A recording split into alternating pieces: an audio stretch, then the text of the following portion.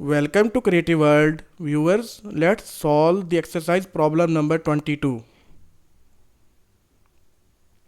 In this scenario, we will be using electrical power formula voltage multiplied by current, passive sign convention theory. According to this theory, the element with negative power will be considered as power supplier and the element with positive power will be considered as power absorber.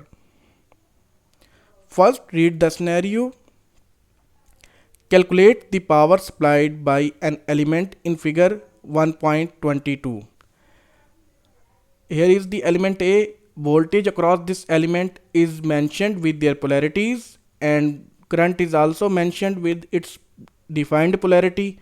We need to calculate the power absorbed by this element. Current is passing 2 ampere and the direction of current is highlighted in blue arrows, which is the replica of this black arrow.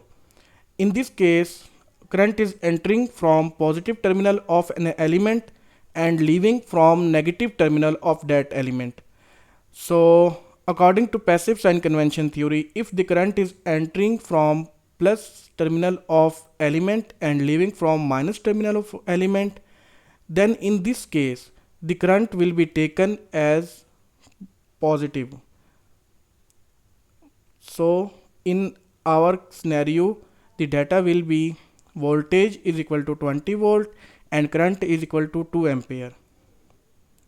Using power formula, voltage multiplied by current, voltage is 20 volt and current is 2 ampere.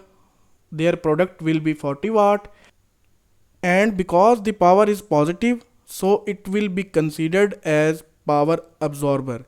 So element A is absorbing 40 watt. Thank you. See you in next video.